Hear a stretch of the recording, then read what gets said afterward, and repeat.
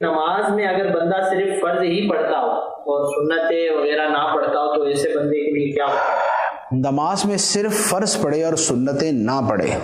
اس کا عمومی مفہوم تو یہ بنتا ہے کہ جیسے فجر کی نماز میں اس نے 2 فرض پڑھے لیکن 2 سنتیں چھوڑ دی،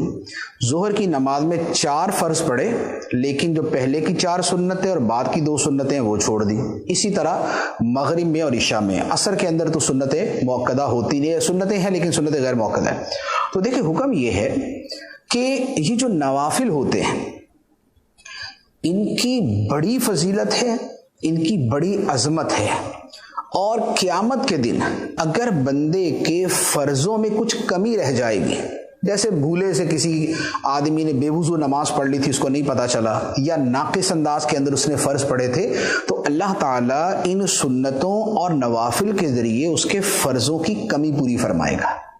تو انہیں متممات اور مکملات کہا جاتا ہے کہ یہ فرائض کی تکمیل کرنے والی ہیں، یہ ان کو پورا کرنے والے ہیں۔ تو لہٰذا یہ سنتیں اور نوافل یہ بڑے اہم ہیں اور ان کے بڑے فضائل ہیں۔ احادیث طیبہ کے اندر یہ جیسے مثال کے طور پہ فجر کی سنتیں، اس کے بارے میں تو یہاں تک فرمایا گیا ہے کہ اگرچہ دشمن کے گھوڑے تم پہ حملہ بھی کر دے تب بھی یہ سنتیں ادا کرو، فجر کی سنتیں۔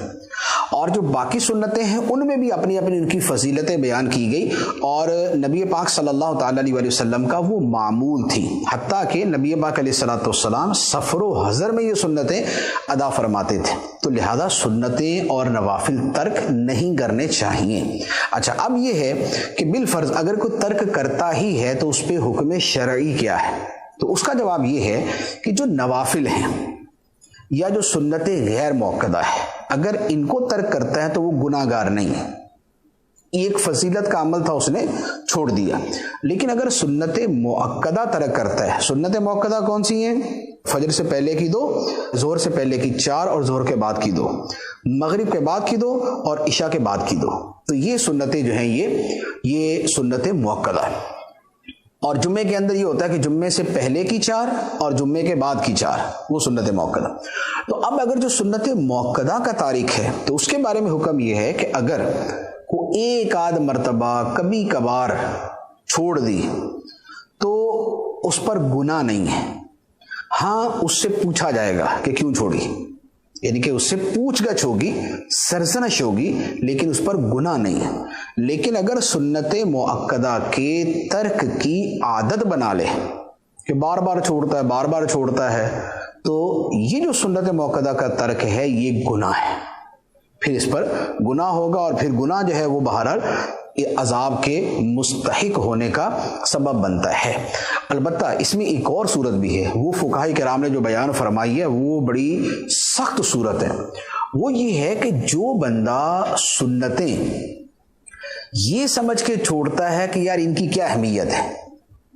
تو اس پر فقہاء کرام نے کفر کا حکم دیا ہے کہ اس نے سنتوں کی تخفیف کی ہے، توہین کی ہے، انہیں معمولی اور ہلکا سا سمجھا ہے، تو اس پر بڑا سخت حکم ہے۔ اب جو لوگ عادتاً سنت موقدہ